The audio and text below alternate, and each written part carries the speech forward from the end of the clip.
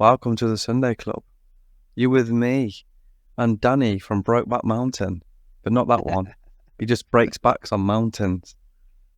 But I like to throw paper mache and paint over hillsides, but from a distance, what it looks like is the Mona Lisa. It's me, Neil Buchanan from Art Attack. How you doing? Hello, Daniel. Hello, you. Mr. Art Attack Man. We're missing somebody again, aren't we? Yeah. He's. I'm afraid he can't get out of this state that he's in again. Yeah. He's fell down another well. He can't get out. We miss you, Kevin. Come back anyway. Let's crack on with this, mate. Let's crack on with this because we'll try and keep this one short, but we've got things to do, haven't we? So Middlesbrough. Yeah. What a fucking game that was, eh? We made it harder than we had to, didn't we? Yeah, it's like it was like a repeat. It was a repeat of the Swansea, weren't it? Like you go 1-0 down and then obviously we fired back quite quickly, but it looked like we could score as many as we was going to concede on Saturday. It was an old Bielska-esque sort of game, weren't it? Where it was like fucking up and down, but you know, they did well. Middlesbrough, they surprised me actually. Yeah, they beat the press quite a bit, and they overloaded on the wings quite a bit. And to say, I think when they went to 10 men, I thought that that eased a lot of pressure for us. But they still played very well, even with 10 men. I like the way they played. Yeah, if you want for Rodon's, who was it? Rodon's block and Strike's little flick. Jesus Christ! But yeah, I think they could tell why they're flying, and they're in our team to say that we beat them 3-2. That could have been 10-all that game. I swear to God. It could have. Just yeah. And you say them beating our press. Strout took it upon himself to try and join into that press, didn't he? Fucking imposing that game. It's like, what was he doing? I was like, what is going on here? But it was entertaining. But it was one of them games where you think, oh, we could be done here. But we'll go through the goals. What's his name? Lafty or Leif or caramel latte, I think. Macchiato latte, something like that. Spiced latte. Is that his name? Yeah, we'll go with spiced latte. It's Christmas, isn't it? Yeah, so we'll go with that. Pumpkin spice latte. Do you think Melly should have saved that?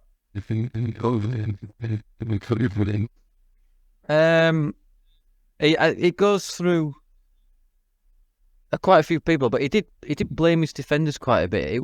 But it's his near post again. Yeah, it's his near post again. Yeah. And it seems to be a common theme. I've seen both sides of the argument. He didn't see it, but then he fell to the ground, tried to cover his bottom near post. But you know when he saved that against Leicester, I don't know, mate. I I really have mixed emotions about it. Yeah, I mean, I love Melly, I always like sing his praises and that, but I think he should have saved that. I feel like, do I sound like I'm underwater? Do I? Motherfucker. One sec. You talk a minute, I'm going to take this out and put it back in. Yeah, I think to go, what I will say is, I think to go down 1-0 within 3 minutes, but at least we're, fighting back to get the goals. Yeah. And that's one thing we have got is attacking threat. And it looks like it's going to carry us at times this season because we're really good going forward. And the three out of the 4 forwards have scored again, which is all you can really ask for at this time. But I guess it's another win. You have to just look at it like that. It's another win that we've got on the board. It's like 7 on the trot now, isn't it, at home? So still bad, is it? Oh man, just tell me it's bad, mate. Just say. What I think what I'll talk about is our equaliser, and how 5'7" or 5'6" or 2'3" gnome Dan James beat it was the left back, I think it was, and he just sawed like a salmon out. Yeah, one of them anyway. And he just sawed like a salmon fresh from the river, river. And he just honestly, I just couldn't believe it. It's Dan James we're talking about. He's on fire this season, mate. We talk about him every Friday, like, but I just can't believe he's come out of, stars in your eyes, where you come out the smoke and they're a different person. Tonight, Matthew, I'm the new Dan James. That's what this guy is. I can't believe it. He used to be, as we keep calling him, Jan Dames, but now he's Dan James, yeah. And Somerville again, notching again. He's oh God, I love him. Can you hear me? Can you hear me? It's your mic again, mate. Fuck's sake. Technological gremlins in the system again. Sorry about this, guys. I'm really sorry. Tell me if it gets better. La la la la la la la. Do you know, if you keep doing that, you sound like what's the band? Around the world, around the world. Daft Punk. Yes. Daft Punk. That's it. Yeah, you sound like them. Can you hear what I'm saying though? Well, a little bit, yeah. But yeah. So Jan Dames is R.I.P. It's now Daniel James, goal scorer extraordinaire. Yes, mate. Yes, mate. And I did say I was going to score, but then I checked my mind. Because I never like predicting that he's going to score, because I feel like if I do it, he won't. But he did. And he notched. That's how you take a penalty. Yeah. Bamford's hair was normal before that penalty, and then he seen Pro score it and he went and quickly died. It changes his appearance. That's what I heard anyway. Birmingham. Can the real Slim Tory please stand up? First I was shocked. I was like, why are we bringing Fossell on? Has he come out of retirement? We had him for a bit, didn't we, Mikhail Fossell? Yeah, we did. Yeah, and he wasn't that bad, to be fair, was he? But he did what he had to do. Bamford, to be honest with me, I was on the fence with Bamford at the beginning of the season, but I just don't think he suits us anymore. I know, apologies, sorry, not that. Lovers out there, I just think his time's passed for us now, and I can see him at a bottom half podcast. He's on the right one there, then, isn't he? Team. Not this one. I can see him at a lower end championship, maybe top League One. I don't see him at Leeds following the next season. I know he's got a couple of years left, or a year on his deal, or something like that. I just want another striker. Even just give Mateo Joseph a go. I mean, I know what he wants. Yeah, he wants, the Bamford's defensive play and stuff like that, and I do get it from Farker.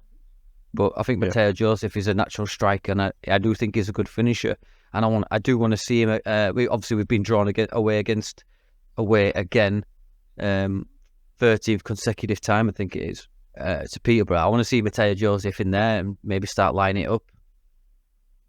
Yeah, well, I think Bamford's trying to beat him, and he's trying to turn into him, because he did his hair, didn't he? Oh, Joseph. Bamford's like, if I dye my hair, then they might mix me up with him, and I might get to stay. I don't know. Yeah, I agree, mate. I think this season we'll keep him for this season. He can do jobs here and there, defending corners and chasing defenders down a bit. But even if we stay in this division, I said on an earlier podcast that if we stayed in it, we'll probably end up keeping him. But maybe it is time for him to go. One good season in the Premier League is not going to cut it, really, is it? No, I think, like, with a striker situation, maybe we could promote Mateo Joseph. I'm not saying he's the answer to Bamford's replacement, but if you get rid of Bamford, that's top waiters off the books, and maybe bringing, like Cameron Archer's gone to Villa, or maybe just take a loan from City, Chelsea, anywhere like that, because we've still got a few loan options left for January.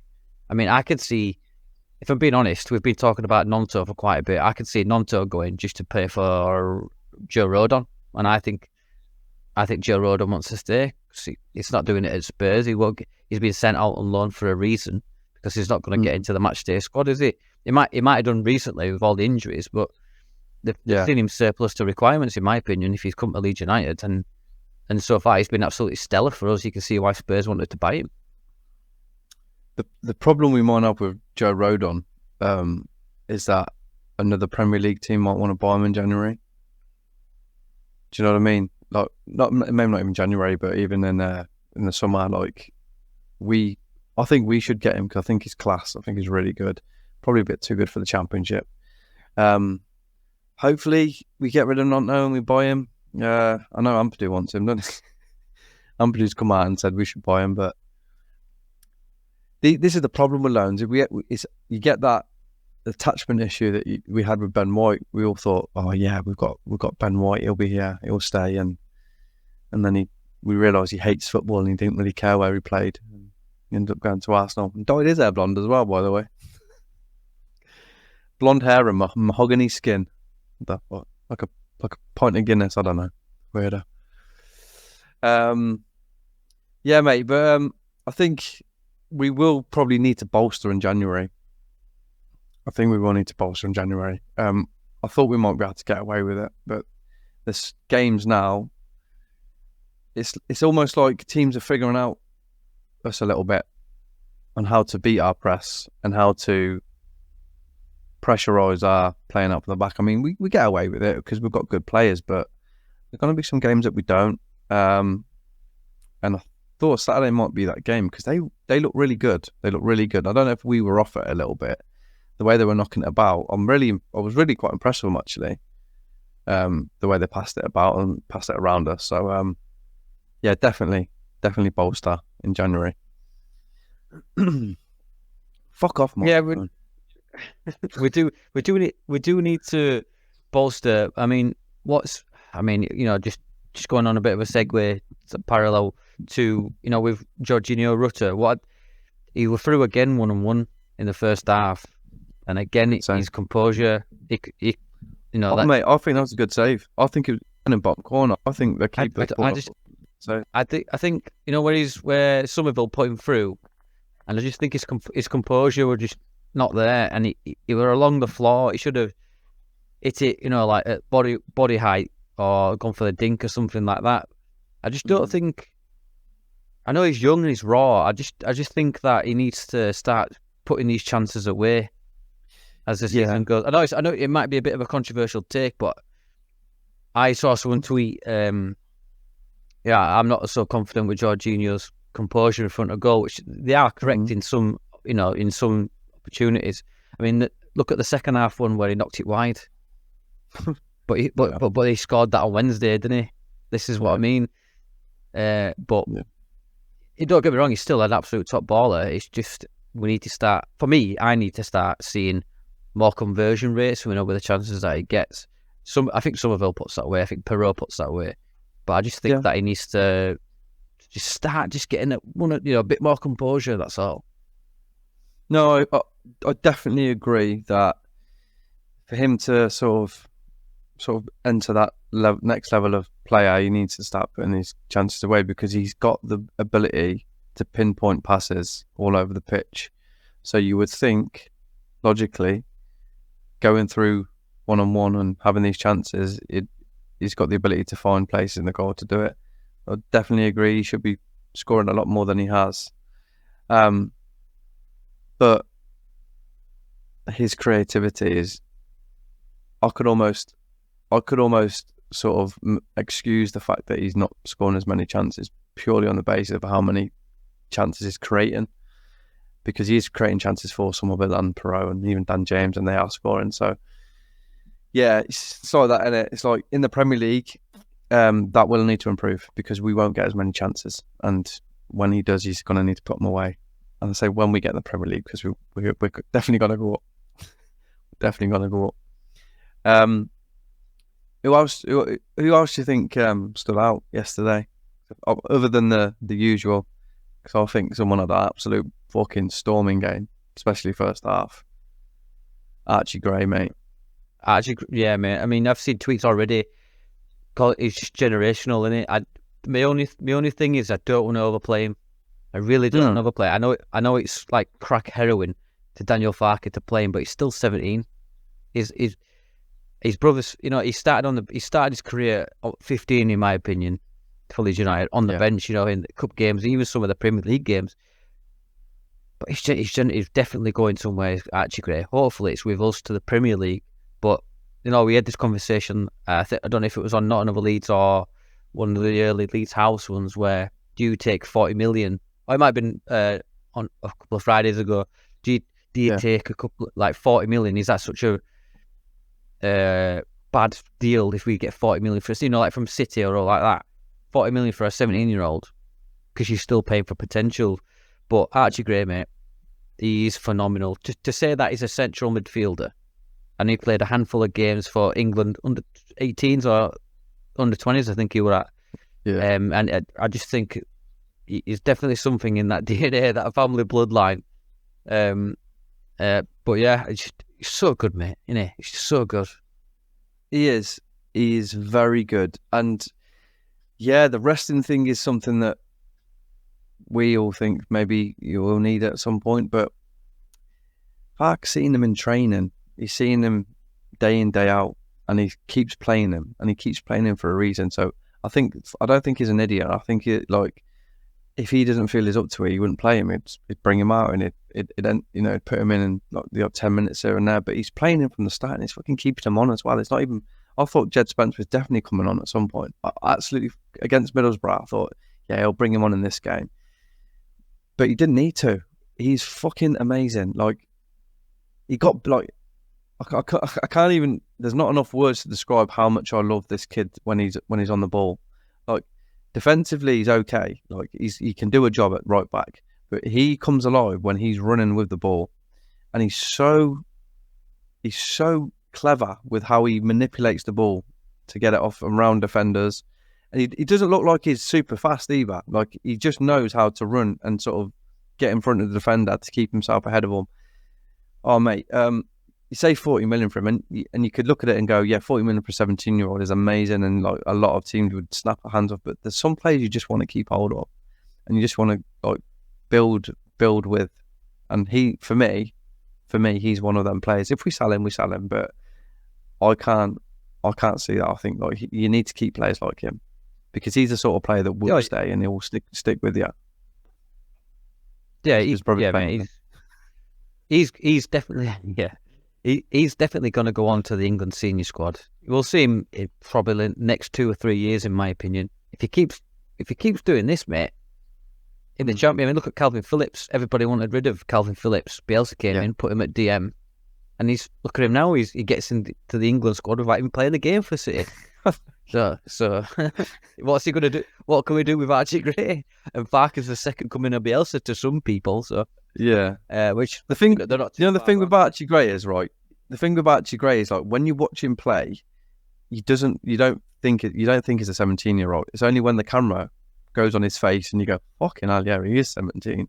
But his old, like his body, the way he works his body and the way he plays, how confident he is, and pulling passes out, the way he can pull passes out, and he's got it, mate. He's got it in a fucking abundance, and I'm so glad that we've got him. So glad. Yeah, definitely, mate. I mean, my man of the match by a long shot. Yeah. I thought Kamara played well. Kamara's, he's,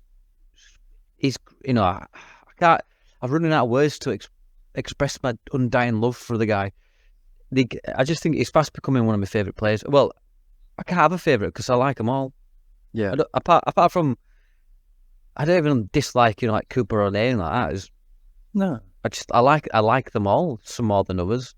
I'm still yet to be decided on Gruev. I know he loves a tackle, but it's great to love Leeds again. It's really refreshing. Do you know what I mean? Love the way that we play, you mean? Not love Leeds, because I've always loved Leeds. Just love watching them and love the way we play. It's been hard watching it for the past few years, but now watching us, yeah. I mean, I thought Saturday was a bit of a throwback to Bielsa, to be honest with you.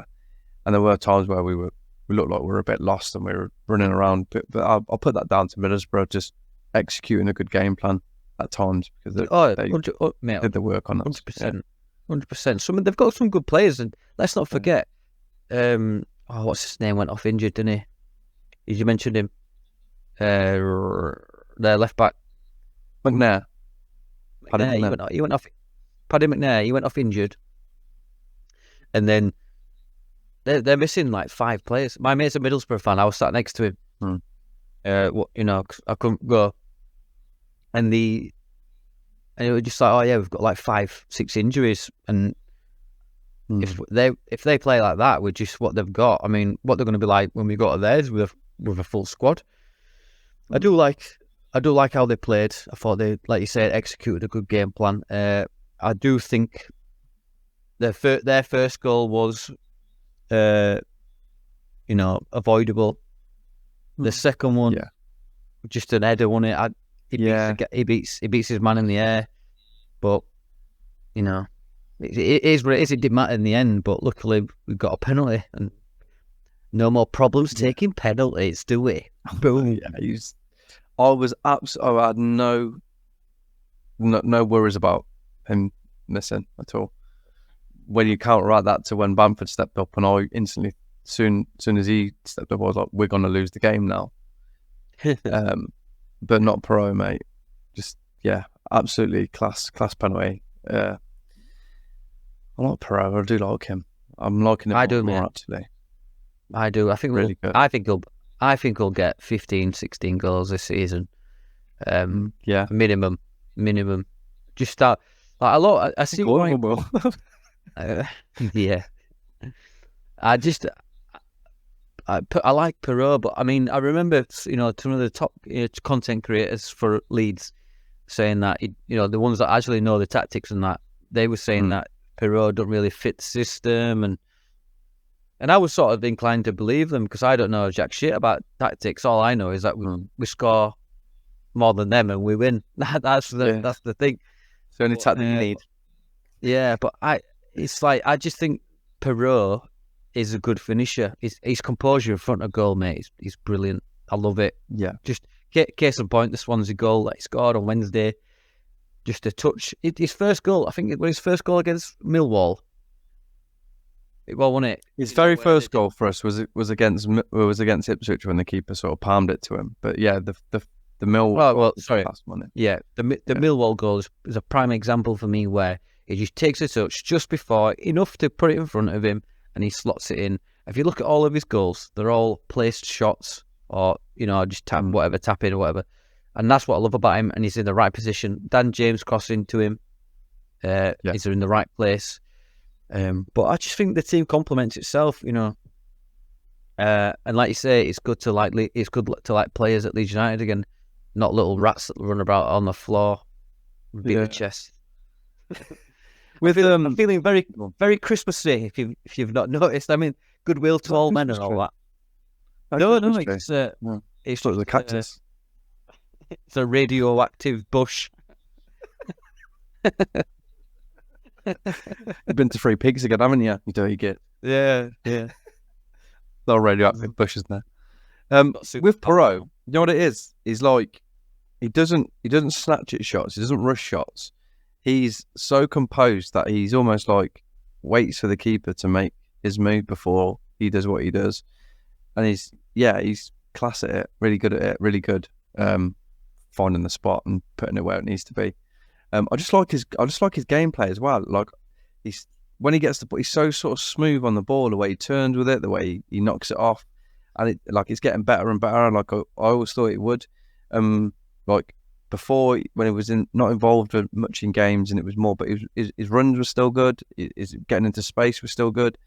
But now he's getting fouled, and he's taking part more in the build up, which will improve. But yeah, I think defensively on Saturday, not the best.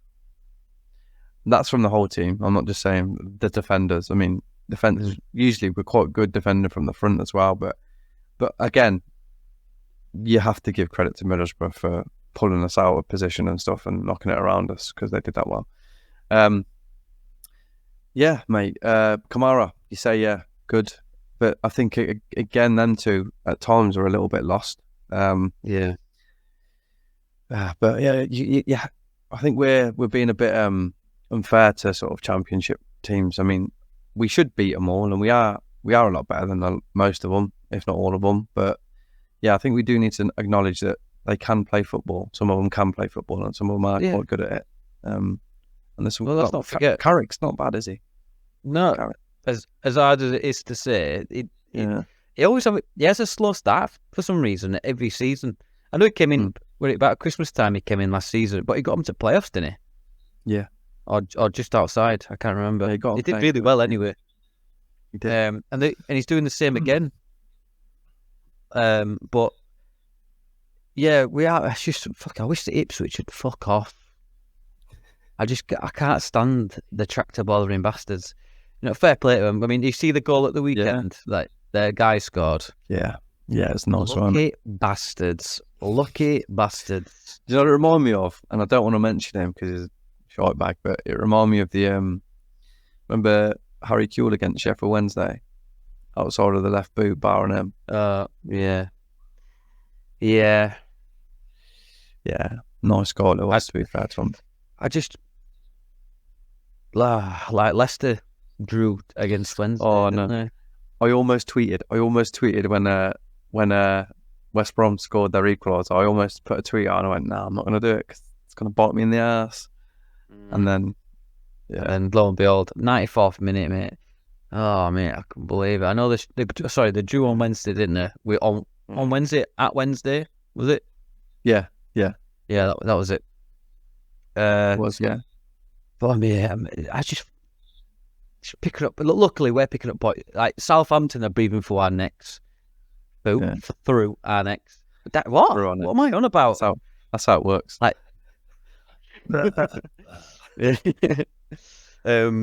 yeah. Sorry, I don't know what's. It's just juice today. I don't know what it is. I think. Of course it is.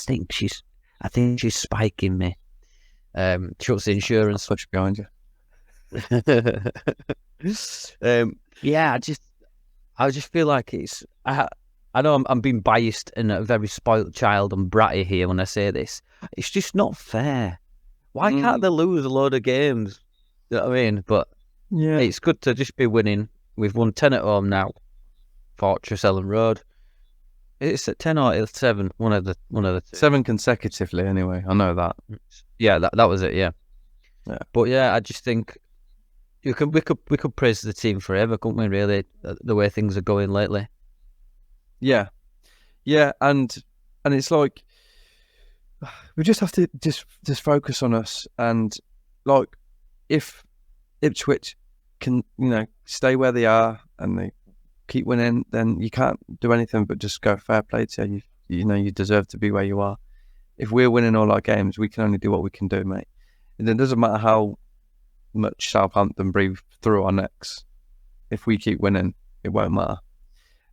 But I believe we'll go regardless of whether we go up automatically or playoffs. I think that anyway.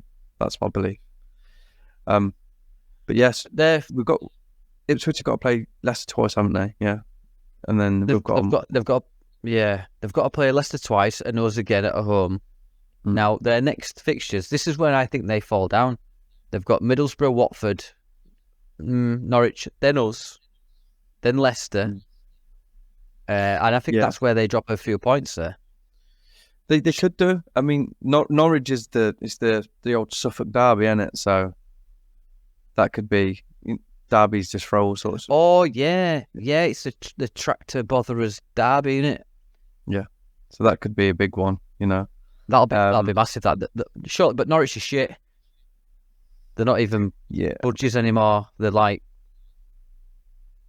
just yellow blobs of feathers and shit mixed together. What used to be a budgie. Bird shit. A canary, whatever they're called. Canary in the mine, dead. Yeah. From 100 years ago, just discovered, fossilised. Yeah. But I mean, our run isn't exactly like smooth either. Well, I did expect a draw against Borough, and we all expected secretly. Yeah, I just thought because they were doing so well, and nobody expected us to beat Leicester. Not even Leicester fans. Not even Leeds fans. I did. You always do, mate. You're the most positive. You're more positive than my COVID tests last year or year before, which was super. Do you know why, positive. Dan? Do you know? I want to tell you why. Do you know why You're I'm so positive, positive? Because I'm a supporter. Yes, that's I'm a right. fan. You are correct. You're not a supporter. You're a lover. I'm a lover and a supporter. I love to support. You love to.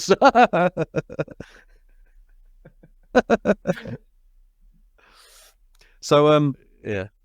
we've won the game though. So at the end of the day, we can look at the mistakes we've made. Well, not mistakes, but we can look at the sort of the shit bits about the game. We can look at Middlesbrough playing well against us, and we can look at Strike deciding he wants to be a striker for half the game.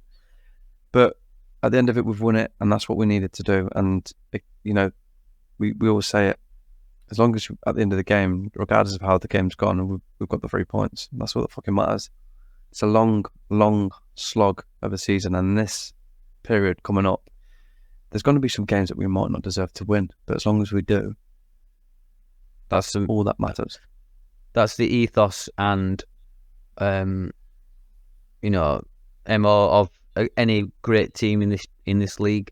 You win, but you win by it. You win ugly, you win good. Doesn't matter. You get the points on the board. Now, I just hope the team, I just hope August doesn't fuck us over because we lost against Birmingham, albeit 90th minute penalty. Stoke, which just wasn't us in my opinion. It just wasn't us at all. I think it because my personal opinion. I think it was because we had Gruev and Ampadu, and he didn't. That's why I don't like it. Here's something actually I want to ask you. Do you think Farkas should start subbing earlier, rather than like 75, 70 minute mark? Would you bring someone on around the 60 instead, 65? Because it is quite frustrating. Yeah, it's quite frustrating where you can see some people are getting leggy, or you need to change it up. Yeah, I mean, the proof's in the pudding, isn't it? It's like if we're losing games and he's not doing it, then you can sort of say, do it. But again, we're like, he's getting the results out of them. Yeah, I wanted Jed Spence on earlier. Well, earlier, I wanted him on. I just want to see him play, mate. I just want to see him play. But to be fair, to take Gray off on Saturday would have been a travesty because it was amazing. You can say, you could look at it and go, bring someone on now and change it about. But until his decisions affecting our results for the worse, then just go with it, don't you? You have to accept he's doing what he wants to do. Yeah, suck my balls. Well, he's the manager, and I'm not. Are you not? This is why I couldn't do it, mate. I had to turn them down. Initially, they came to me to ask, we've heard that you did the 3 peaks. Can you come and manage Leeds United? And I went, no, I'll give it to Farker. I'll give you his number. Daniel's an all right lad. Give him an interview, and the rest is history, mate. And here we are. Well, I mean, you did train him, didn't you? So you taught him everything. Yeah, he actually, we bonded that well. He actually took my first name. That's how he did. You know how Germans are. Yeah, I remember he had a short hair when you met him, and you sort of encouraged him to grow it out, and you brushed it for him as well, didn't you? Yeah. So fair play to Danny, mate. Thank you for that. No, you're welcome, mate. Blackburn next, isn't it? Yeah. Ooh, that'll be tricky. No, it won't. Very. But then again, they did lose, did they? They lost. I think they did. I can't remember, mate. Like other teams' results sort of just go. Let's have a look. I don't know, mate. But we take a big following there because they just invite half of the stadium to the other team, don't they? Blackburn, which is they lost 3-1 to Sheffield Wednesday yesterday. Oh, well, so we should win about 12-1 then. Should do 12.5. 12.5 1. 12.5. Oh mate, yeah.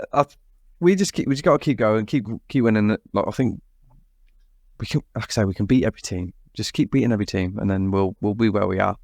If Leicester and Ipswich are still above us, and we've won every single game from now to the end of the season, then fucking you just got to take your hat off to them and go, well done. Yeah, no, I totally agree, mate. Totally agree. If, in my opinion, if they're still flying above us, them two, mid to end February, then I think we're fine for playoffs, because we're breathing down their necks, not through, down their necks. So at Southampton as well, you know what I mean?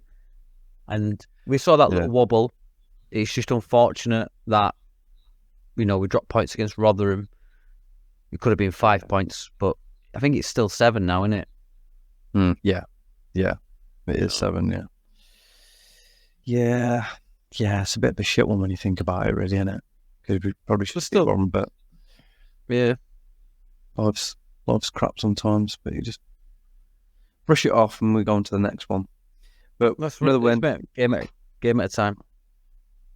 So, I think we can kill this here now if you want, mate. Is my mic still shit?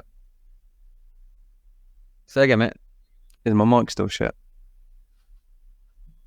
My microphone. Is my microphone? Nah. Okay. Your mic's totally gone off. That's it. Am I back? Yeah, can you do me a favour? Can you just go around the world, around the world, around the world, around the world, around the world, around the world, around the world. Welcome to Death. Sunday Club. Oh, Sunday Club. Kev's gonna kill us. Oh, fucking. Anyway, I don't know if we're gonna do one in the week. Just whatever. If it does happen, it happens. You'll be lucky. You'll be lucky if it does happen, because it's not happened in a while. But Friday night. Yeah. With Friday night, we've got us. Yeah. Oh, with Friday night, we've got a special guest on, and what I can say is related to a certain Harry Potter character. So just tune in. Oh, I wonder who that could be. And he loves the character he's related to loves herbs and stuff. So that's all I can say. That's all I can say. Watch out on the socials. Watch out on the socials for an announcement around Wednesday time. Yes, you do that, guys. Yeah, we'll dead this because my mic's shit today. We've give you a performance anyway, so yeah. I just hope Daft Punk contact us and ask for royalties because it was that good and spot on. Do you know what I mean? Or copyright. Yeah. Send us to jail. Anyway, right, yeah, we'll kill this off, mate. Thanks for watching the Sunday Club, and I'm sorry about the audio. I hope you picked some of it up. If you didn't, whatever. Put the subtitles on YouTube or something. I don't know. Or get the little person to do the sign language in the corner. Yeah, we'll get Kev on. He can do that this week. Just being sick in the corner. Wow.